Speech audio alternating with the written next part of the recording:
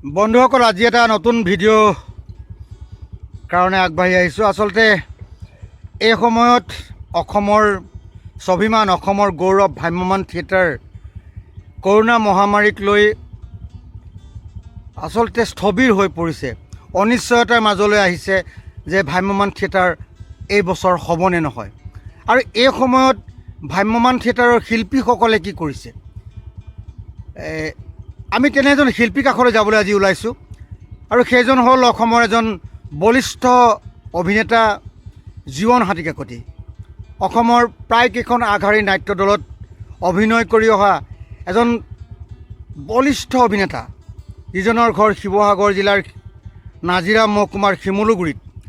সেইজন ব্যক্তিৰ ঘৰলৈ যাবলৈ মই ওলাইছোঁ। আৰু এই সময়ছোৱাত জীৱনৰ অনুভৱ কেনেকুৱা, জীৱনে কেনেকুৱা ধৰণৰ অনুভৱ কৰিছে, জীৱনে কি চিন্তা কৰিছে বা কি কৰি আছে, এই বিষয়ে অকণমান চাওঁ বলক আমি ভিডিঅ'টো আৰম্ভ কৰোঁ।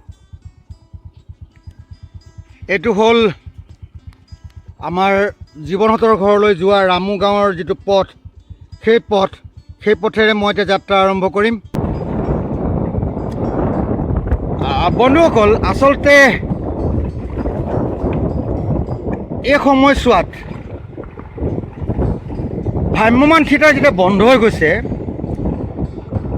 প্ৰায় 60-70খনৰ ওপৰৰ ভ্ৰাম্যমাণ থিয়েটাৰ অসমত আছে। আৰু এই 60-70খন ভ্ৰাম্যমাণ থিয়েটাৰত প্ৰায় 5,000 মানুহ জড়িত হৈ আছে। এই 5,000 মানুহৰ ভৱিষ্যত এই মহামাৰী কৰোনাই স্থবিৰ কৰি ৰাখিছে, অনিশ্চয়তাত ভুগিছে তেওঁলোকে। মই এতিয়া ৰামু গাঁৱৰ এই পথটোৰে আহি আছোঁ। এই পথটোৰ এফালে এইটো ৰেল লাইন চৌক, এফালে এইটো ৰেলপথ, আৰু এই ৰেলপথৰ মাজে মাজে দুটা ৰেলপথ, এটা শিৱসাগৰ হৈ ডিব্ৰুগড়লৈ মৰাণ হৈ গৈছে, আৰু এটা তিনিচুকীয়া হৈ ডিব্ৰুগড়লৈ গৈছে। তাৰ মাজেদি যিটো ৰাস্তা, পকী ৰাস্তা, সেই পকী ৰাস্তাটোৱেদি যায় জীৱনহঁতৰ ঘৰলৈ। জীৱন এটা খুব সহজ ঘৰৰ ল'ৰা, খেতি বাতি কৰা ল'ৰা, খেতিয়কৰ ঘৰৰ ল'ৰা। বলক আমি তাক লগ কৰোঁ। জীৱনেনো এই সময়টো কেনেকৈ অতিবাহিত কৰিছে, যিহেতু এটা 22 বছৰীয়া ভ্ৰাম্যমাণৰ যাত্ৰা। তেওঁ 22 বছৰ দিন ভ্ৰাম্যমাণৰ লগত জড়িত হৈ আছিলে।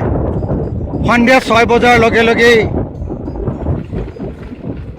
প্ৰেক্ষাগৃহ মানুহে ভৰি পৰে, তাৰপিছত সংকেত ধ্বনি বাজে, পথ উঠে আৰু নৃত্য নাটিকা আৰম্ভ হয়। নৃত্য নাটিকাৰ পাছত মূল নাটক। এটা সাংস্কৃতিক জীৱন, এটা গতিশীল জীৱন, এটা যাযাবৰী জীৱন। এই জীৱনটোলৈ জীয়াই থকা সেই ব্যক্তিসকল এতিয়া ঘৰৰ চাৰিবেৰৰ মাজত কেনেকৈ আবদ্ধ হৈ আছে, এই বিষয়বিলাক জানিবলৈ নিশ্চয় মন যায়। বলক জীৱন হাতীকাকতিৰ পৰা আমি এই কথাবিলাক জানিবলৈ চেষ্টা কৰোঁ, আৰু জীৱন কেনেকৈ আছে সেয়া আপোনালোকক দেখুৱাওঁ।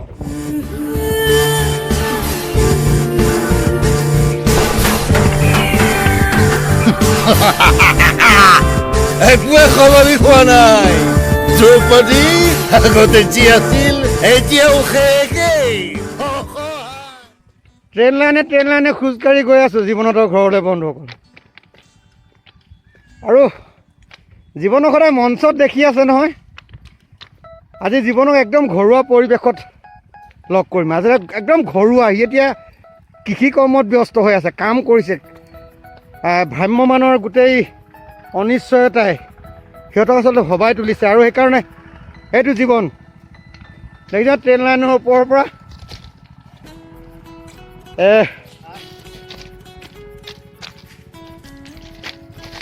এয়াই শিল্পীৰ জীৱন।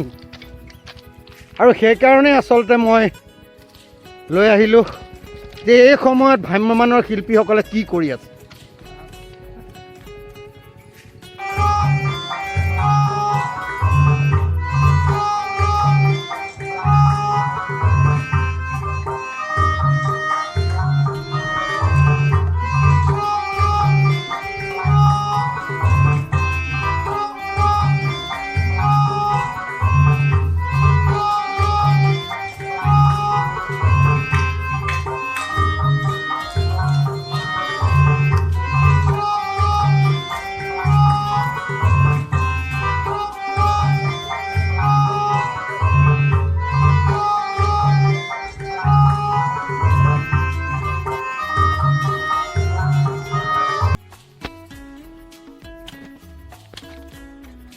জীৱন এতিয়া এইটো নাই থিয়েটাৰ হয় নাই নাই নাই কি কৰিছা এতিয়া তুমি এইবিলাকে পুৰা কামত ব্যস্ত এতিয়া খেতিৰ সময় খেতিৰ কামত লাগি আছোঁ অঁ কঠীয়া তুলি আছোঁ কাইলৈ ৰুবলৈ দিব লাগে সেইটো কাইলৈ দিয়া নহ'ব চাগে পৰহি মানে দিব লাগিব তুমিতো এবাৰ বৃন্দাবন থিয়েটাৰত হয় হা মই বৃন্দাবন থিয়েটাৰত চুক্তিবদ্ধ হৈছিলোঁ অঁ কিন্তু দুৰ্ভাগ্যবশতঃ কৰোণা মহামাৰীয়ে আমাৰ জীৱন যাত্ৰা স্থবিৰ কৰি তুলিলে গতিকে নিজক জীয়াই ৰাখিবৰ কাৰণে নিজক ব্যস্ত কৰি ৰাখিবৰ কাৰণে আমি মই যেনেকৈ ধৰণে ব্যস্ত হৈ থাকি ভাল পাওঁ ধৰা আজি ঘৰত আছোঁ খেতি বাতি লাগি আছোঁ বাগান আছে ওচৰতে অকণমানিকৈ বাগানৰ কামতো লাগি থাকোঁ এনে সৰু সুৰাকৈ ব্যস্ত হৈ আছোঁ নিজক জীয়াই ৰাখিবৰ কাৰণে নিজৰ মনটো সজীৱ কৰি ৰাখিবৰ কাৰণে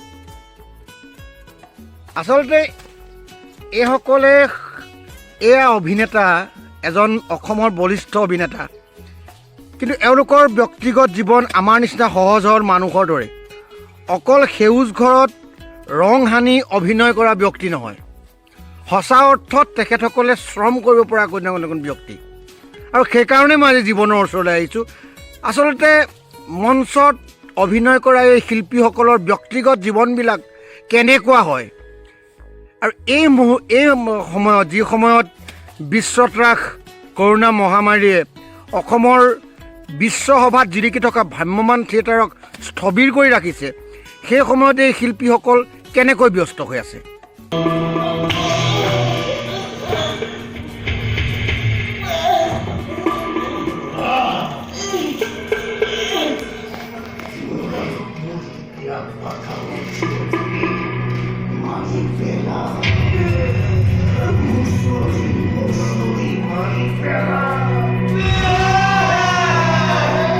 জীৱন এই সময়তো তুমি এনেই থকা নাই মানে আচলতে নাই নাই নিজক ব্যস্ত কৰি ৰাখিছোঁ অকণমানিকৈ বাগান এখন তাহানি দিনতে কৰি থৈছিলোঁ সেইখনত লাগি আছোঁ আচলতে লকডাউন হৈ মই ঘৰৰ মানুহখিনিৰ লগত বা ঘৰুৱা এই সময়খিনিৰ লগত মই নিজকে হেৰি কৰি আছোঁ নিজৰ মজাটো মই মোৰ জীৱনৰ এইখিনিও এটা মজা আছিল যে এই মজাটো মই বহুত দিন পোৱা নাছিলোঁ তুমিতো প্ৰায় 22 বছৰ তুমি নাই মই 97ৰ পৰা একেৰাহে থিয়েটাৰত কাম কৰি আছিলোঁ 97ৰ পিছত এই আজিৰ দিনটো মই আজিহে পাইছোঁ এই 22 বছৰৰ মূৰত বা 97ৰ পৰা আজিৰ সময়লৈকে যিখিনি সময় আছে সেই সময়খিনি আজিহে পাইছোঁ এই তুমি নথকাৰ অৱস্থাত বাগানবিলাক কোনে চায় মোৰ শ্ৰীমতীয়ে চাই তোমাৰ শ্ৰীমতীটো ভ্ৰাম্যমানত থকা তাই আছিল কিছু দুবছৰ থিয়েটাৰত কি নাম আছিলে তেওঁ তাইৰ ঘৰুৱা নামটো আছিল নাং মৌখাম মোহন এনে কুইন এতিয়া হাতীকাকতি হ'ল আৰু কুইন হাতীকাকতি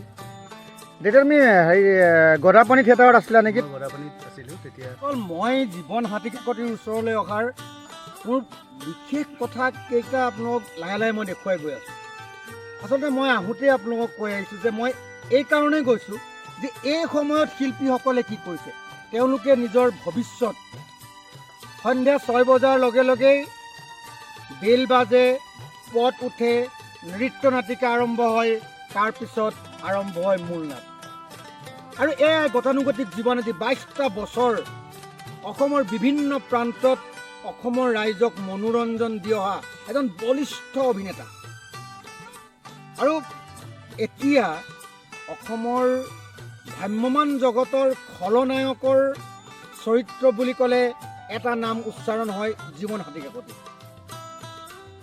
যিসকলে চাইছে হেঙুল থিয়েটাৰৰ মীৰাবাই নাটকখন যিসকলে চাইছে যিটো কিন্নৰৰ চৰিত্ৰ কৰিছিলে যিটো চৰিত্ৰ আছিলে খলনায়কৰ চৰিত্ৰ সেই চৰিত্ৰটো কৰা সেইজন জীৱন হাতীকাকতি এতিয়া চাওক এখন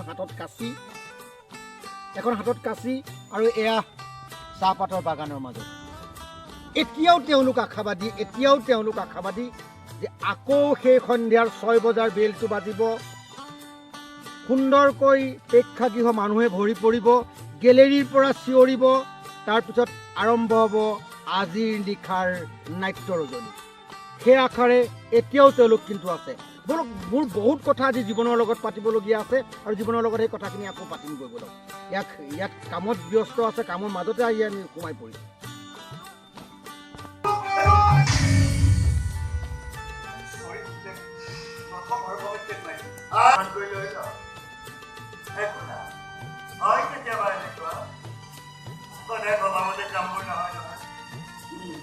পানীগিলাচ খাই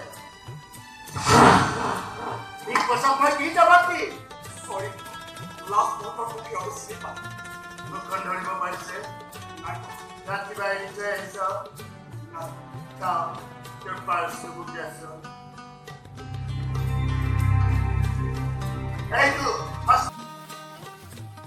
এতিয়া টুটুদা আহিছে বহুদিনৰ পুৰণা মানুহ আমি একেলগে নাটক চাটক কৰা আৰু সাংস্কৃতিক জগতখনৰ কিছু কিছু মোৰ আগবাঢ়ি যোৱাত যথেষ্ট অৰিহণা আছে মানুহটোৰ গতিকে কৃতজ্ঞতা চিনস্বৰূপে আজি বীজ জলকীয়া কেইটামানকে দি পঠিয়াওঁ বন্ধুসকল আচলতে জীৱনে মই একেখন মঞ্চত অভিনয় কৰিছিলোঁ আৰু মই গৌৰৱ অনুভৱ কৰোঁ মই একেখন মঞ্চত অভিনয় কৰা এই জীৱন হাতীকেকত এতিয়া অসমৰ এজন চিনাকী অভিনেতা এজন বলিষ্ঠ অভিনেতা অসমৰ ভ্ৰাম্যমান নাট্য জগতৰ এজন বলিষ্ঠ অভিনেতা আৰু সেইকাৰণে মই গৌৰৱ অনুভৱ কৰোঁ আচলতে অভিনেতা বুলি ক'লে মই বেছি ভাল পাওঁ কিন্তু শিল্পী বুলি ক'লে মই অলপ কষ্ট পাওঁ কাৰণ শিল্পীৰ নিচিনা এটা বিশাল শব্দ মোৰ নিচিনা এটা সাধাৰণ অভিনেতাৰ ক্ষেত্ৰত প্ৰযোজ্য সাঙুৰিবৰ কাৰণে মই অকণ কষ্ট পাওঁ মই শিল্পী হ'বগৈ পৰা নাই কিন্তু সাধাৰণ অভিনেতা হিচাপে যিখিনি কৰিব লাগে মোৰ কৰিবলগীয়া কাম সেইখিনি মই কৰি আছোঁ বাকী শিল্পী বুলি মই নিজকে ক'লে মই অকণমান শিল্পী বুলি কোৱাতকৈ মোক শ্ৰমিক বুলি ক'লেহে মই বেছি ভাল পাওঁ আচলতে অসমৰ নাট্য আন্দোলনৰ এজন সৈনিক অসমৰ ভ্ৰাম্যমান নাট্য আন্দোলন জগতখনৰ এজন যদি যোদ্ধা বুলি কওঁ নিশ্চয় ভাল লাগিব আৰু এজন মঞ্চৰ শ্ৰমিক নেকি মই মঞ্চৰ এজন শ্ৰমিক বুলি ক'লেও ভাল পাওঁ বা সাধাৰণ গতানুগতিক জীৱনটোৰ এজন শ্ৰমিক আজিৰ তাৰিখত মই এজন গতানুগতিক শ্ৰমিক হৈ আছোঁ কিমান কথা শুনিম কিমান যাতনা ভুগিম তাতকৈ গুচি যায় ইয়াৰ পৰা আঁতৰি যা আমাৰ আটাইৰে পৰা যেতিয়ালৈকে মই নামাতো তেতিয়ালৈকে এইখন ঘৰত কেতিয়াও ভৰি নিদিবি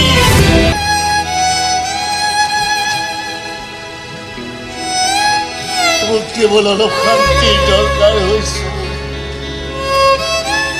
কালিৰ পৰা মই সেইখন শান্তিয়ে বিচাৰিছো যদি দিব পাৰো সুখ পাম যদি দিব নোৱাৰো মই নিজে এইখন ঘৰ এৰি গুচি যাব লাগিব মই তোমাৰ অভিনয় জীৱনটো এনেধৰণে দেখিছোঁ তুমি যেতিয়া প্ৰথম বম নিৰ্মাণ থিয়েটাৰলৈ গৈছিলা সেইদিনা মই চাবলৈ গৈছিলোঁ মনত আছে তুমি এজন তাৰ মূল অভিনেতা আছিলা কিন্তু সেই সময়ত মই যেতিয়া গৈ দেখিছিলোঁ তুমি তাত গাঁত খান্দি আছিলা পেণ্ডেলৰ তুমি গাঁত খান্দি আছিলা আৰু পেণ্ডেলৰ গাঁত খন্দাৰ পৰা ৰছী টনালৈকে চকী পৰালৈকে তেনেকৈ ভ্ৰাম্যমান থিয়েটাৰলৈ অহা এজন শিল্পী এইটো সময়ত মই যিটো সময়ত থিয়েটাৰত গৈছিলোঁ সেইটো সময়ত এনেকুৱা পৰিস্থিতি সেইখন থিয়েটাৰত এনেকুৱা এটা পৰিস্থিতি হৈছিল মালিক আছিল কিছু দুৰ্বল বেয়া পাব নালাগে বাৰু মালিকে কোনোবা সবল কোনোবা দুৰ্বল বিমান দা আছিলে বিমান আছিলে গতিকে আমি কিছু কিছু ক্ষেত্ৰত মানুহ ল'ৰাবোৰো গুচি গ'ল গতিকে উপায় নাই আজি শ্ব' আছে শ্ব' কৰিব লাগে গতিকে দৰ্শক আহিল কিন্তু পেণ্ডেল উঠা নাই গতিকে আমি আৰু আৰ্টিষ্ট হৈ হেৰি হৈ অভিনেতা হৈ পেলাই থকা নাই আৰু সেইটো সময়ত আমি কৰ্মী হ'লোঁ গতিকে সেই সময়তে গৈ মই পাইছোঁগৈ এইটোত গৈ পালেগৈ আৰু আমাৰ এজন মোৰ বন্ধু ৰাজীৱো আছিল সেই বছৰ ৰাজীৱো আছিল তাৰপৰা তাত জিতুৱে কৰিছিলে জিতু গগৈ আছিল এনেকৈ কৰি বুবুল বৰা আছিলে নেকি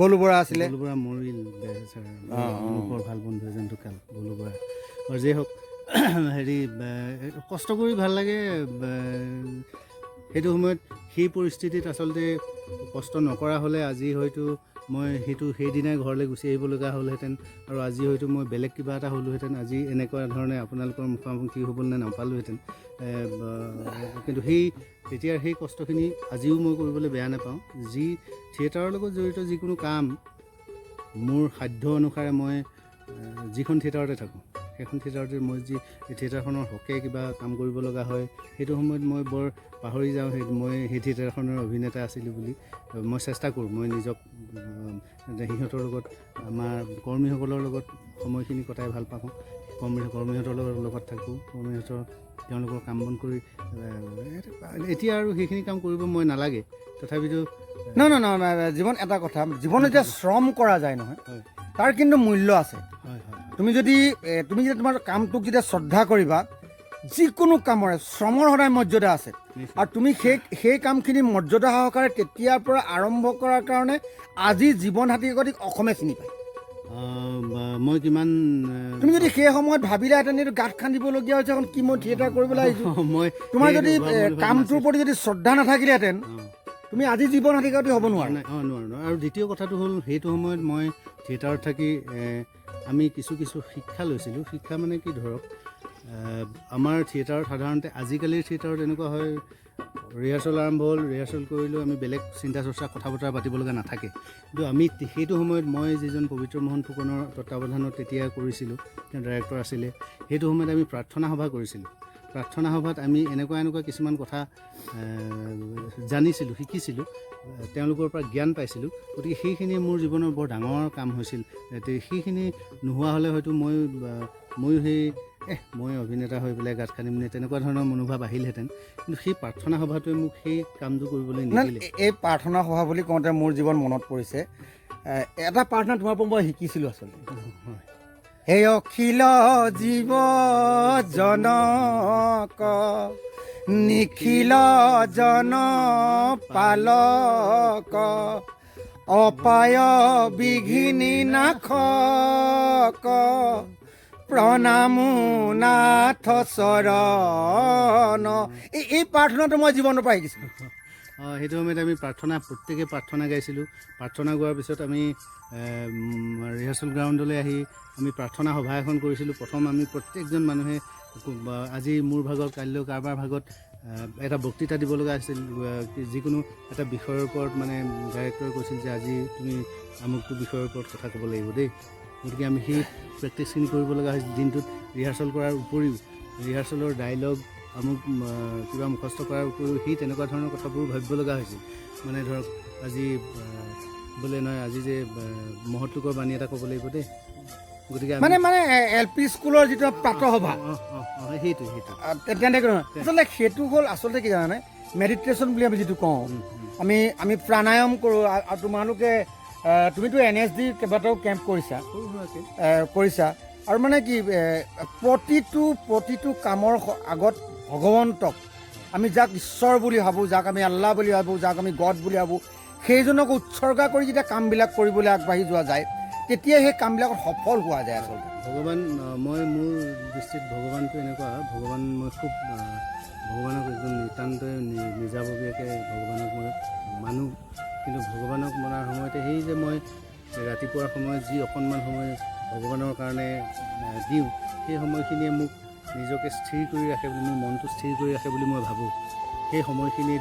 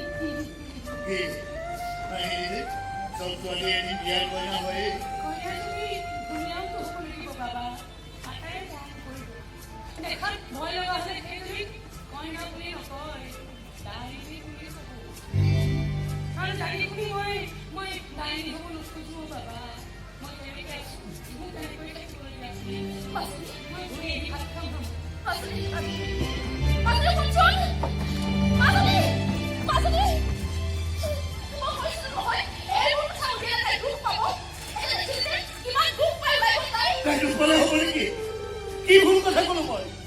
ছোৱালীৰ বাপেক হয় মই, চব বাপেকৰ ইচ্ছা থাকি কন্যাদান কৰাই।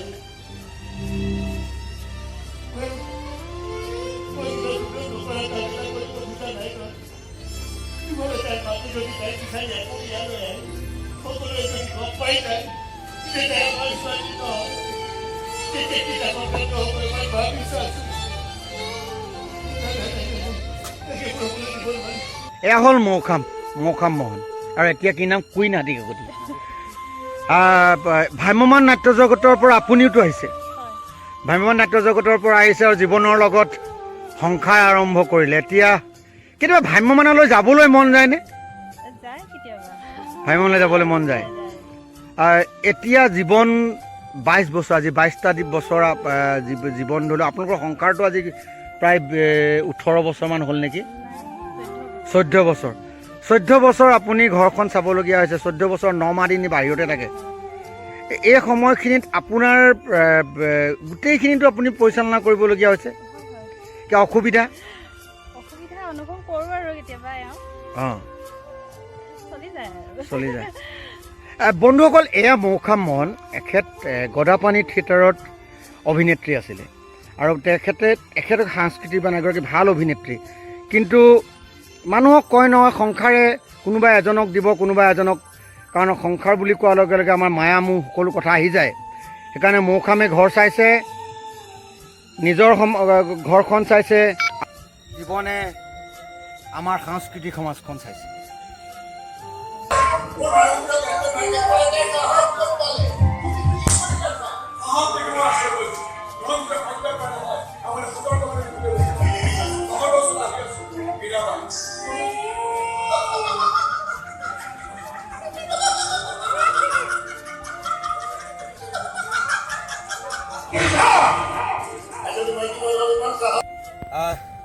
বন্ধুসকল, জীৱন হাতীকাকতিৰ লগত পৰিচয় কৰাবলৈ আপোনালোকক আজি লৈ আহিলোঁ। মই পৰিচয় কৰাবলগীয়া ব্যক্তি নহয়। এতিয়া জীৱন হাতীকাকতিক অসমৰ প্ৰতিজন নাটক ভাল পোৱা মানুহে জীৱন হাতীকাকতিক জানে, জীৱন হাতীকাকতিক ভাল পায়।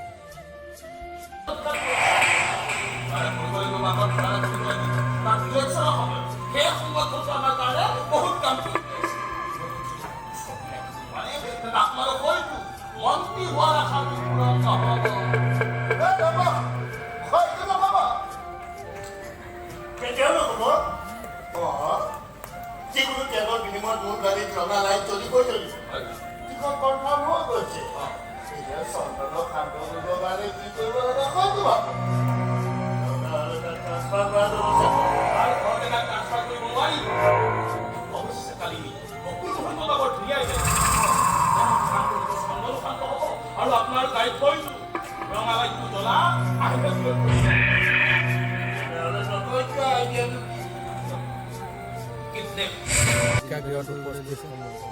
এনেকুৱা ধৰণৰ এইখিনি মোৰ কাৰণে খুব ভাল লগা কথা নাটক কৰাৰ উপৰিও। তোমাক যদি মই এতিয়া নাটক তুমিতো MSR পৰা যোৱা মানুহ, তুমি MSR, আমি নিজে মনত আছে নিশ্চয় তোমাৰ। আমি নিজে ষ্টেজ বনাওঁ, নিজে কিবা কৰোঁ, বা বাঁহৰ ষ্টেজত আমি নাটক কৰোঁ। তোমাৰ নাটকৰ গুৰু কোন? নাটকৰ গুৰু বুলি আচলতে মই প্ৰথম ভাওনা কৰা মানুহ। এই অকণমান আগলৈ গৈ আমাৰ নামঘৰটো আছিল, তাতে প্ৰতি বছৰে আমাৰ ভাওনা হয়।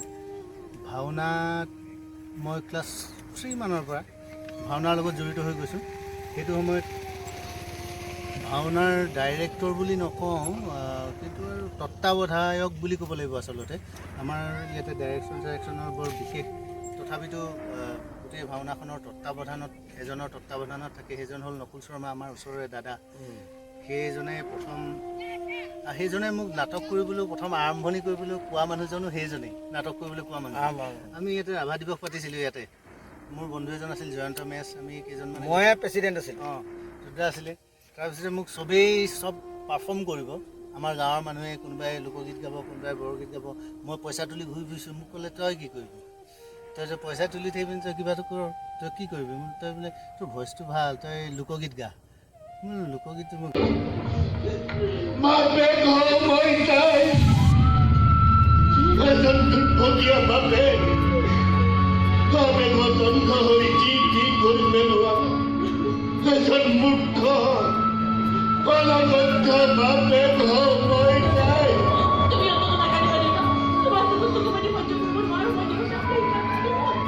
ক্ষমা কৰি দিবি আমাক। সেইদিনা আমি গোটে কি কৰি পেলাম একো গমেই নাপালো। ইমান বেয়াকৈ অপমান কৰিব নালাগিছিল। মই তোৰ ওচৰত হাত জোৰ কৰিছো। ভাঙি নপৰিব, তুমি টাউনলৈ গৈ আছিলা, টাউনলৈ গৈ আজি 22 বছৰীয়া জীৱনৰ গতিটো বেলেগ আছিল, এটা যাযাবৰী জীৱন আছিল। আৰু 22 বছৰৰ পাছত জীৱনে এটা স্থিতিশীল গতি লৈছে, ৰৈ আছে একেঠাইতে, যাযাবৰ হ'বলগীয়া হোৱা নাই। কিন্তু এইবিলাক এনেকুৱা মন যে এওঁলোকে স্থিতিশীল হৈ থাকিব নিবিচাৰে, কাৰণ মানুহৰ মাজত থাকি ভাল পোৱা মানুহ, দৰ্শকৰ হাত চাপৰিৰ মাজত থাকি ভাল পোৱা মানুহ, দৰ্শকৰ কিৰিলিৰ মাজত থাকি ভাল পোৱা মানুহ। জীৱন, তুমি কিমান দিনৰ পৰা তুমি প্ৰথম থিয়েটাৰ কেনেকৈ আৰম্ভ কৰিছা? তুমি মই প্ৰথম ইন্দ্ৰাণী থিয়েটাৰ দি আৰম্ভ কৰিছিলোঁ। ইন্দ্ৰাণী থিয়েটাৰত মই 97ত আছিলোঁ, 1997 চনৰ পৰা। তেতিয়া আমি আমাৰ নিজৰে গ্ৰুপ আছিল, প্ৰবাহ সমীৰণ এনেকুৱা ধৰণৰ কিছুমান গ্ৰুপ আছিল, নাট্যগোষ্ঠী আছিল, MSR। তেওঁলোকে মোৰ বন্ধু, আমাৰ টুড্ডা আছে, তুমি জানাই ভালকৈ, আমাৰ জুনু চেতিয়া আছে বা অন্যান্য চৰিফালি আছে, আমাৰ সেই সময়ত জয়ন্ত আছিল। গোটেইকেইটাই ইন্দ্ৰাণী থিয়েটাৰ বহু বছৰ আমাৰ শিমলুগুৰিলৈ আমন্ত্ৰণ কৰিছিলে। আৰু শেষৰ বছৰৰ কথাটো হ'ল কিন্তু ইন্দ্ৰাণী থিয়েটাৰত আমাৰ ফালৰ পৰা এজন আৰ্টিষ্ট দিম, এক্টৰ এজন দিম, আপোনালোকে ল'ব লাগিব। সেইটো মানে আমাৰ আচলতে সেইটো আমাৰ অনুৰোধ আছিলে MSR গ্ৰুপৰ। হয় হয়। গতিকে তেনেকৈ ধৰণে হ'ল। কিন্তু দুৰ্ভাগ্যবশতঃ মই সেই থিয়েটাৰখনত কমপ্লিট কৰিব নোৱাৰিলোঁ, ৰিহাৰ্চেলটো উভতি আহিব লগা হ'ল। তাৰপিছতে সেই বহনীমান থিয়েটাৰত চুক্তিবদ্ধ হ'লোঁ। সেইটো আমাৰ সেইটো কাহিনী ইতিমধ্যে আমি পাতি গৈছোঁ। অঁ, আমি বহনীমান থিয়েটাৰত কেনেকৈ জীৱনে সংগ্ৰাম এটা সংগ্ৰাম কৰিছে। কিন্তু সেইটো সময়ত মই প্ৰথম অৱস্থাত ইন্দ্ৰাণী থিয়েটাৰত যেতিয়া গৈছিলোঁ, সেই সংগ্ৰামখিনিৰ মুখামুখি হৈ মই পিছ হুহুকি দিছিলোঁ। আচলতে মই সেইকাৰণে মই ফেইল হৈছিলোঁ বুলিয়ে কৈছোঁ। আচলতে মই নোৱাৰিছিলোঁ। মই ইন্দ্ৰাণীত মই সহজভাৱে তাত অভিনয় কৰিবলৈ অসুবিধা হৈছিল। গতিকে মই ৰিহাৰ্চেলতে গুচি আহিব লগা হ'ল বিভিন্ন কাৰণত, আৰু কিবা বেমাৰ অসুখো হ'ল, এনেকুৱা ধৰণৰ কাৰণত গুচি আহিলোঁ। তাৰপিছতে বহনীমান থিয়েটাৰ আকৌ তাতকৈ বহুত বেয়া পৰিস্থিতিৰ মাজত পৰি মই নিজকে সেইটো সময়ত ভাবি ল'লোঁ যে নাই, মই কৰিবই লাগিব। মই অভিনয় কৰিবলৈ হ'লে বহুত কিবাকিবি ত্যাগ কৰিবলগীয়া হ'ব। গতিকে মই সেই ত্যাগখিনি কৰিলোঁ। সেইটো সময়ত খুব কষ্টৰে বহনীমান থিয়েটাৰত কাম কৰিলোঁ। তাৰপিছত গদাপানী থিয়েটাৰত আহিলোঁ। গদাপানী থিয়েটাৰত একেৰাহে 5 বছৰ থাকিলোঁ। অঁ, তাৰপিছত আমি নটসূৰ্যত গ'লোঁ। মই খুব ভাল থিয়েটাৰ আছিলে গদাপানী থিয়েটাৰখন। হয়, এখন মানে বি গ্ৰেড, তেতিয়া প্ৰথমতে B grade theatre, B grade theatre আছিল। থিয়েটাৰখনত আমি খুব ভাল নাটক কৰিছিলোঁ। আচলতে গদাপানী এক্টৰ হোৱাত মোক গদাপানী থিয়েটাৰে যথেষ্ট অৰিহণা যোগাইছিল। তোমাৰ আজিও মোৰ এটা চৰিত্ৰ মনত আছে, তুমি মেজৰ চাহাব কৰিছিলোঁ। মেজৰ চাহাবৰ মুখ্য চৰিত্ৰ নাম ভূমিকাত অভিনয় কৰিছিলোঁ আৰু খুব সুন্দৰ। তাৰপিছত আৰু এখন নাটক কৰিছিলোঁ মই, খুব ভাল লগা নাটক তেতিয়া, শেষ নিশাৰ জোনাক। সেই নাটকখন পবিত্ৰ কুমাৰ ডেকাৰ আছিল। নাটকখন আচলতে ৰিমেক হৈছিল হিন্দী চিনেমা, তেতিয়াৰ ঈশ্বৰ, অনিল কাপুৰৰ ঈশ্বৰ চিনেমাখনৰ ওপৰত কৰিছিলে। মই কিন্তু খুব অজলা মানুহ এজন। মই ঈশ্বৰ চিনেমাখন সেইটো সময়ত চাবলৈ সুবিধা পোৱা নাছিলোঁ। কি মই জানিছিলোঁহে যে ঈশ্বৰ চিনেমাখনৰ ওপৰত এই মোৰ চৰিত্ৰটোক লৈ পেলাই নাটকখন বনোৱা হৈছে, ৰচনা কৰা হৈছে। কিন্তু সেইটো সময় চাগে চোৱা হ'লে আৰু বহুত কিবাকিবি আইডিয়া পালোহেঁতেন। কিন্তু তথাপিতো মই মোৰ নিজৰ চিন্তাৰে সেইটো সময়ত শেষ নিশাৰ জোনাকৰ ৰামেশ্বৰ বৰ ভাল লগা চৰিত্ৰ আছিল। বৰ হোজা, বৰ মৰম লগা, বৰ ছফ্ট কেৰেক্টাৰ এটা আছিল। তাৰমানে কৰি মই খুব ভাল পাইছিলোঁ। তোমাৰ এতিয়ালৈকে থিয়েটাৰ কেইখন কি? মই প্ৰথমটো ইন্দ্ৰাণী আধা অসমাপ্ত, তাৰপিছত বহনীমান আহিলোঁ। বহনীমান আমি নিজাববীয়াকৈ একেবছৰতে 2টা নাম ল'বলগীয়া হ'ল, মঞ্চজ্যোতি হ'ল। তাৰপিছৰ বছৰত একেৰাহে গদাপানীত থাকিলোঁ 5 বছৰ। তাৰপিছত থাকিলোঁ নটসূৰ্যত এবছৰ, কহিনুৰত এবছৰ, তাৰপিছত শংকৰদেৱত এবছৰ, তাৰপিছত চৰাইদেউ বুলি এখন থিয়েটাৰ কৰিছিলোঁ।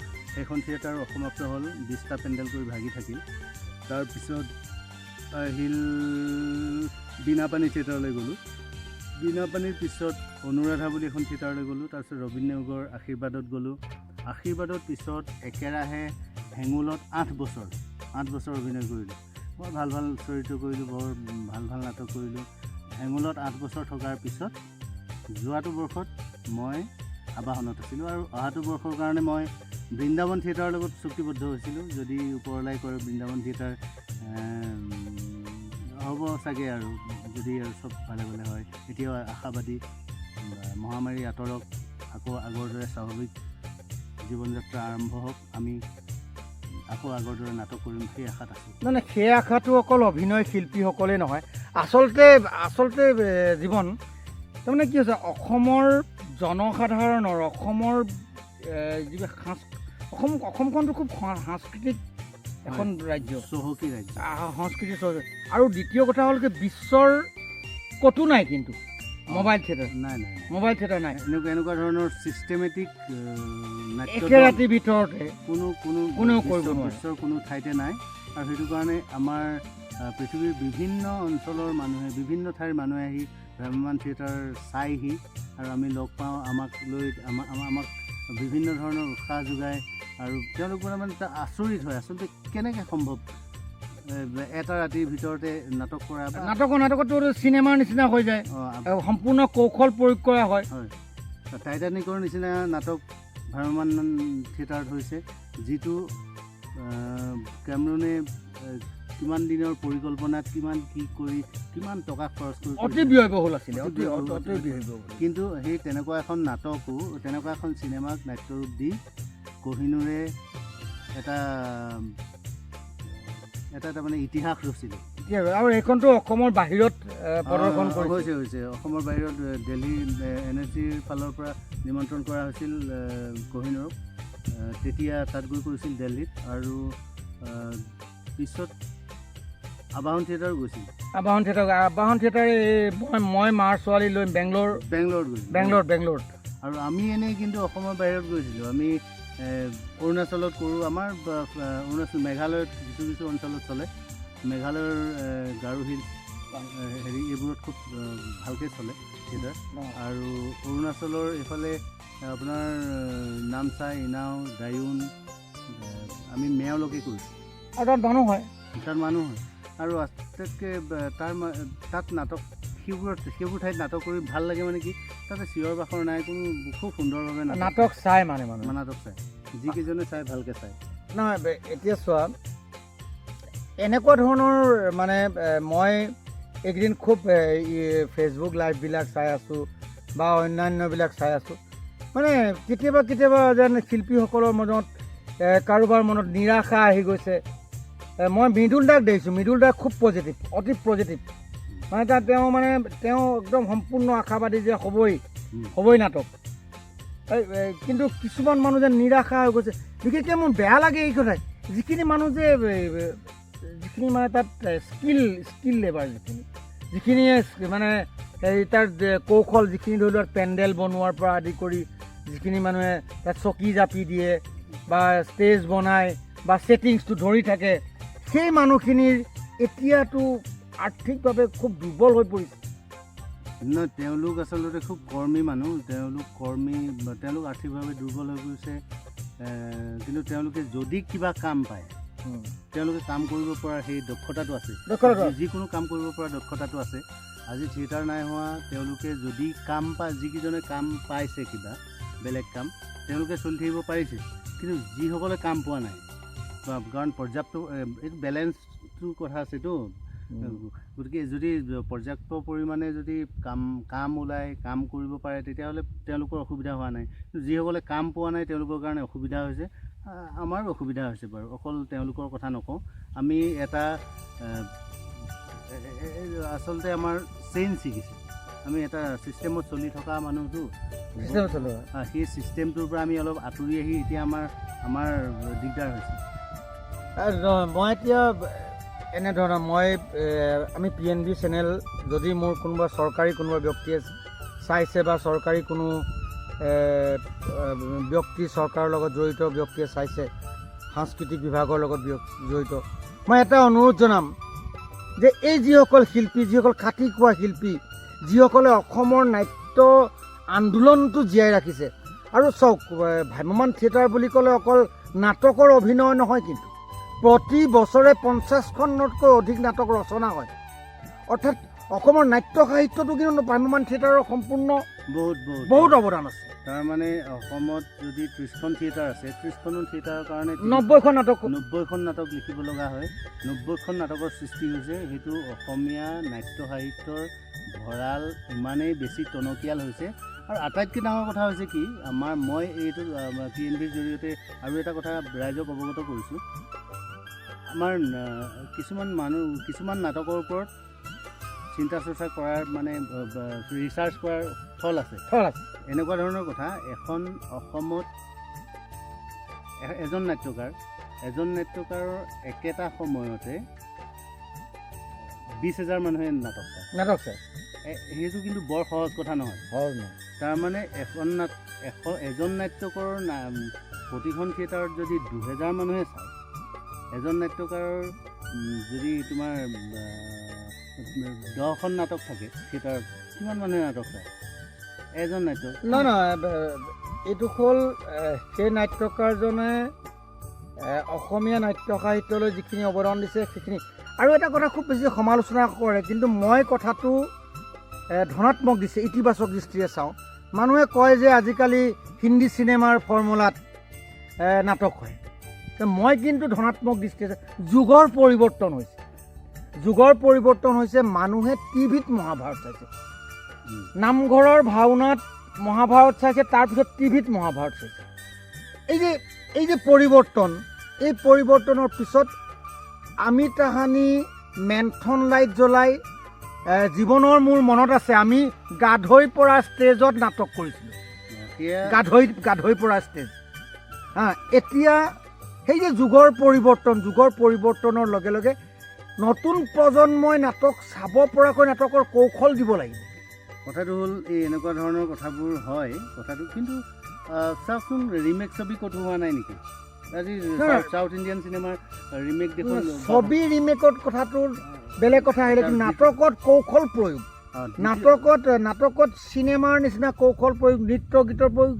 আচলতে কি এই যে আমি যে কথা পাতি আছোঁ, আমিতো এতিয়া সাধাৰণ মোবাইল ফোন এটা আগত কথা পাতি আছোঁ দুইটা মানুহ। এই যে প্ৰযুক্তিৰ যিটো মানে বিজ্ঞানৰ যিটো মানে গতি লৈছে, সেই গতিত নাটকে পুৰণা ধাৰাটো ৰাখিলে কিন্তু নাটক নাচাব। নাটক কোনখিনি মানুহে চাই? আচলতে নাটক চোৱা মানুহখিনি হ'ল কি ডেকা চামে চায়। যিখিনি মানুহে, মই এইটো নকওঁ যে অকল ডেকা চামে চায়, কিন্তু ডেকা চামে বেছিকৈ চায়। একেবাৰে নাটক চোৱা মানুহ যিটো আমাৰ ক্লাছিক বুলি কয়, সেই নাটক চোৱা মানুহ আমাৰ খুব কম। আৰু সেইবিলাক নাটক MSRত খুব বেছি হয়। MSRত বেছি হয়। MSRৰ কাৰণে সেয়া উপযোগী হয়। কিন্তু মোবাইল থিয়েটাৰত সেইটো সম্ভৱ নহয়। কাৰণ এটাই, মোবাইল থিয়েটাৰে বিজনেছ কৰিব লাগিব, ব্যৱসায় কৰিব লাগিব। বিজনেছ কৰিবলৈ হ'লে তোমাৰ এইখিনি দৰ্শক পাব লাগিব। দৰ্শকে কোনটো বস্তু ভাল পায় সেইটোৰ ওপৰত নিৰ্ভৰ কৰিহে নাটকখন কৰিব লগা হয়। সেইকাৰণে কেতিয়াবা যে নেতিবাচক কিছুমান সমালোচনা হয় যে নাটকবিলাক এনেকুৱা ধৰণৰ হৈছে, চিনেমাৰ প্ৰভাৱ পৰিছে, তাত নাচে, তাত আহি এনেকুৱা কৰে, এই কথাখিনি কিন্তু নাটকে বিচাৰে। এতিয়াৰ নাটকে বিচৰা হ'ল। দ্বিতীয় কথাটো হ'ল দৰ্শকক সন্তুষ্ট কৰিব পৰাকৈ নাট্যকাৰ প্ৰডিউচাৰ বা নাট্যকাৰ প্ৰডিউচাৰ। আৰু দ্বিতীয় কথা, যদি কাহিনীটো যদি সাৱলীল হয়, নাটকখনটো তিনি তৰফৰ মানুহৰ কাৰণে লিখা হয়। এখিনি হ'ল সঁচা নাটক চোৱা মানুহ, এখিনি মনোৰঞ্জন কৰিবলৈ অহা মানুহ, এখিনি নাটকৰ প্ৰতি আকৰ্ষিত কৰিবলৈ অহা মানুহ, তিনি চাম দৰ্শকৰ কাৰণে লিখা হয়। এই নাটকৰ কাহিনীয়ে যদি কিবা এটা বিচাৰে, সেই কৌশলটো প্ৰয়োগ কৰাত তাৰ একো আপত্তি নাই। এতিয়া টাইটানিক কৰিবলৈ গৈ যদি তাতে জাহাজখন দেখুওৱা নহয়, তেতিয়াহ'লে টাইটানিক কৰাৰ কোনো অৰ্থ নাই। তেনেকুৱা ধৰণৰ আনাকোণ্ডা কৰিবলৈ গৈ যদি সাপটো উলিয়াই দিয়া নহয় তাত, তেতিয়াহ'লে কথা নাই। যিয়ে নহওক, এই কথাবিলাক এতিয়া কিন্তু আলোচনাৰ প্ৰয়োজন আছে। কেতিয়াবা আচলতে আমি ধনাত্মক দৃষ্টিৰে অসমৰ এটা উদ্যোগক জীয়াই ৰাখিব লাগিব। মানে অসমৰ ভ্ৰাম্যমান নাট্য জগতৰ ওপৰত অসমৰ দৰ্শকসকলৰ দায়িত্ব আছে আৰু দৰ্শকসকলৰ কৰ্তৃত্বও আছে। এইটো দায়িত্ব নাই, দায়িত্ব আছে, অকল কৰ্তৃত্ব নাই তেনেকুৱা নহয়। দৰ্শকৰ দায়িত্বও আছে, কৰ্তৃত্বও আছে। তেওঁলোকে আমাক ক'ব পাৰিব ভ্ৰাম্যমান নাট্য জগতক সঠিক ৰূপত চলি যোৱাত যদি তেওঁলোকে কিবা অৰিহণা তেওঁলোকৰ ফালৰ পৰা কিবা পৰামৰ্শ দিহা পৰামৰ্শ থাকে আমি ভ্ৰাম্যমাণ থিয়েটাৰ মানি লৈয়ে আহিছে। না মই আজিতকৈ প্ৰায় 30 বছৰ আগত স্নেহবন্ধন বুলি এখন নাটক চাইছিলোঁ আৱাসনত, ভৱেশ দাই কৰিছিলে। সেই নাটকখনত তেতিয়া আজি 30 বছৰ আগত কৌশল প্ৰয়োগ কৰা হৈছিলে, ওপৰত প্লেন এখন জ্বলি যোৱা দেখাই দিয়া হৈছিলে। কাহিনীয়ে বিচাৰিছে তাক। কৌশলটো এটা কথা, দ্বিতীয় কথাটো হ'ল এই যে মানুহে কোনোবা চিনেমাৰ হেৰি কৰিছে সেইটো এটা বেলেগ কথা, সেইটো বেলেগ বস্তু। কিন্তু কথা হ'ল কিন্তু কৌশলটো দেখুৱাবই লাগিব আৰু হয়তো কোনো পইচা দি মানুহে চাব। এই মানে 100 টকা দি গেলাৰীত বহি 100 টকা আমাৰ যিটো না মই তোমাক কাহিনী এটা ক'ম যে মই শংকৰদেৱ থিয়েটাৰৰ লগত মই খুব ওতঃপ্ৰোতভাৱে জড়িত আছিলোঁ। গোলাঘাটত পেণ্ডেল আছিলে, চামেলি মেম চাহেব এইবাৰ লৈছে। চামেলি মেম চাহেবখন চাবলৈ মই আৰু প্ৰযোজক বিশ্ব শইকীয়া দা দুয়োটা মানুহ গেলেৰীত বহি আছে।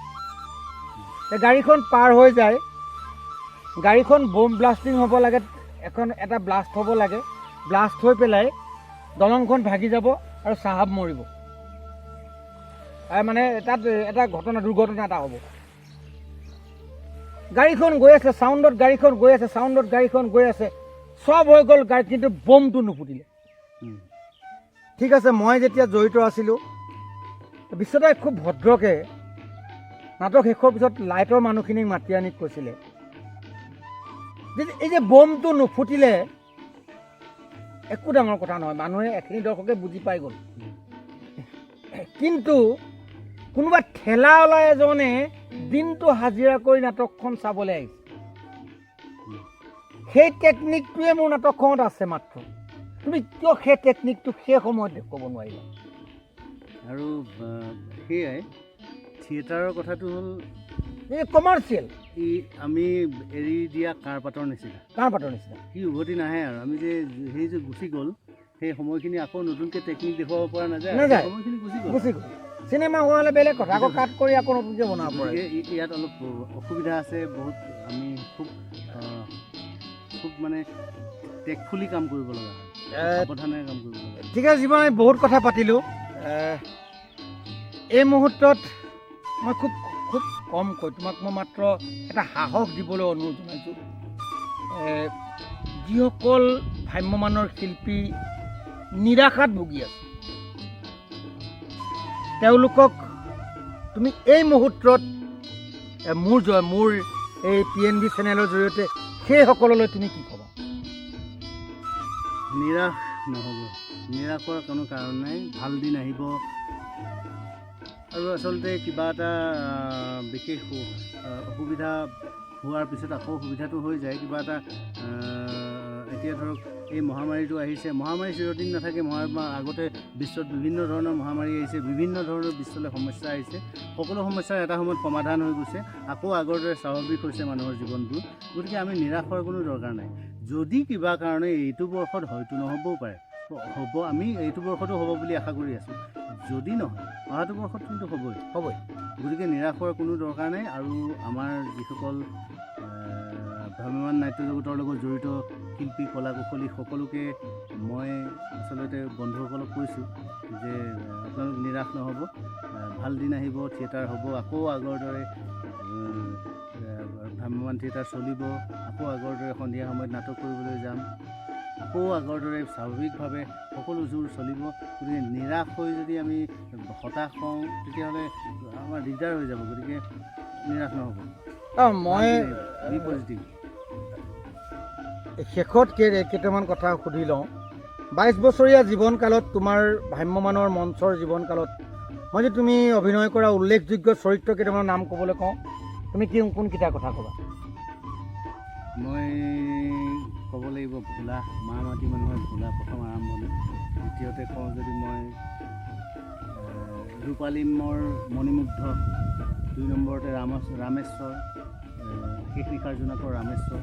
তাৰপিছতে আহিল বিদ্ৰোহী নাটকৰ বিদ্ৰোহী ডেকাবখন। তাৰপিছত মেজৰ চাহাবত মেজৰ চাহাব। তাৰপিছত মহাত্মা কৰিছিলোঁ। মহাত্মাৰ যিটো কেৰেক্টাৰ আছিল সেইটো। তাৰপিছত অজলা ককাই কৰিছিলোঁ, অজলা ককাই মই চাইছোঁ। তাৰপিছত শংকৰদেৱত আছিল। তাৰপিছত আৰু হেঙুলত মই বহুতকেইটা বলিয়া দ্ৰৌপদীৰ এটা উল্লেখযোগ্য চৰিত্ৰ কৰিছিলোঁ। তাৰপিছত মীৰাবাইত এটা কিন্নৰৰ চৰিত্ৰ কৰিছিলোঁ। বা নাই, সেইটো চৰিত্ৰৰ কাৰণে তুমি বঁটা পাইছা। হয়, ডালমিয়া এৱাৰ্ড ডালমিয়া এটা এৱাৰ্ড দিছিল। এৱাৰ্ড শ্ব' এটা পাতি থাকে প্ৰতি বছৰ। এই বছৰ হয়নে নহয় গম নাপাওঁ, কিন্তু আগতে যিকেইটা হৈছিল তাৰ সেইবছৰ মই ডালমিয়া এৱাৰ্ড এটা পাইছিলোঁ, বেষ্ট নেগেটিভ ৰ'ল। তাৰপিছত আৰু বয়সস্থ ৰোল কৰিছোঁ বহুত। মোৰ বহুত ভাল ভাল চৰিত্ৰ কিছুমান আছে বয়সস্থ। তুমি মই যদি কওঁ যে জীৱনে কাৰ কাৰ লগত বেছি অভিনয় কৰি ভাল পালে বাৰু? সেয়া আচলতে পক্ষপাতিত্ব হ'ব।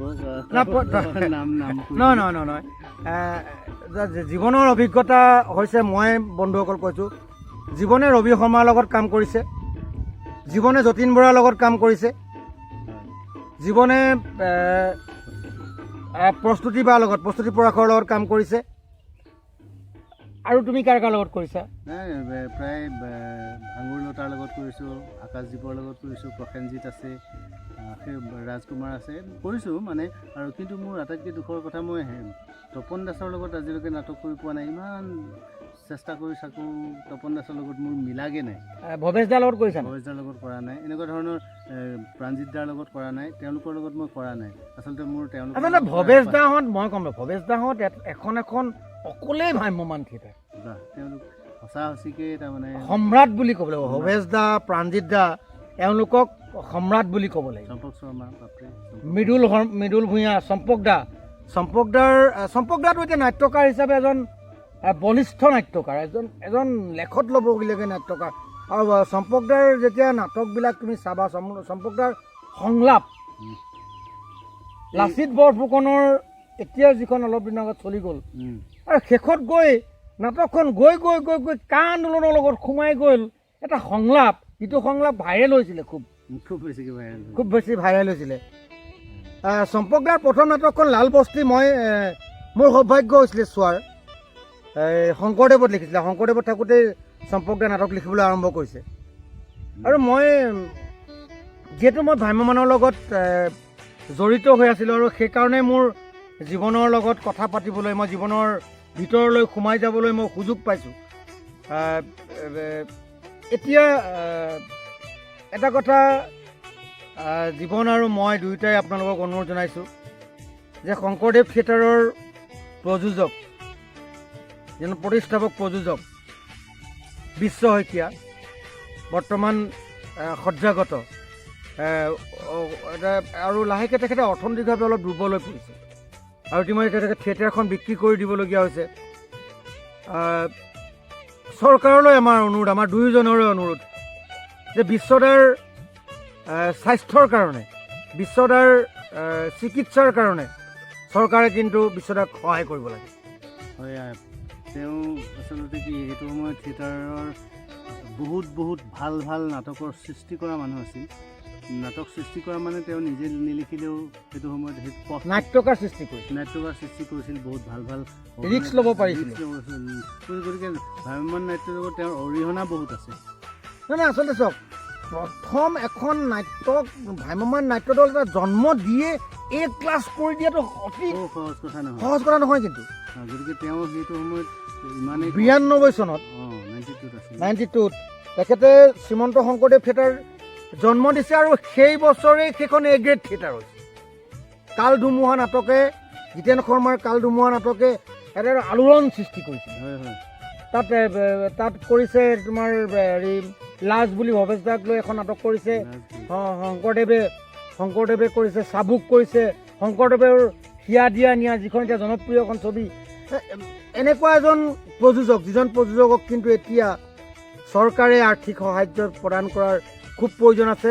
তেখেতক চিকিৎসাৰ ব্যৱস্থা কৰাটো খুব প্ৰয়োজন আছে। তেওঁক জীয়াই ৰাখক, তেওঁ খুব সাধাৰণ মানুহ নহয়, গতিকে তেওঁক জীয়াই ৰাখিব লাগিব। আমাৰ প্ৰত্যেকৰে দায়িত্ব আছে তেওঁক জীয়াই ৰখাটো। গতিকে তেওঁৰ চিকিৎসাৰ ব্যৱস্থা কৰক, আমি অনুৰোধ জনাইছোঁ চৰকাৰৰ ওচৰত। আমাৰ ভিডিঅ'টো দীঘল হৈছে বন্ধুসকল।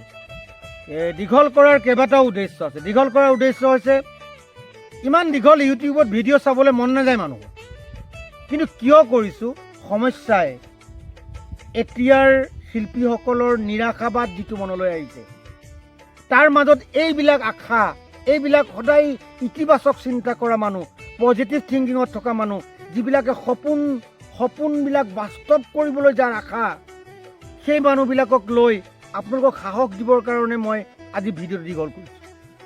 আৰু মই শেষত অনুৰোধ জনাম, ইমান সময় মোক দিয়াৰ কাৰণে।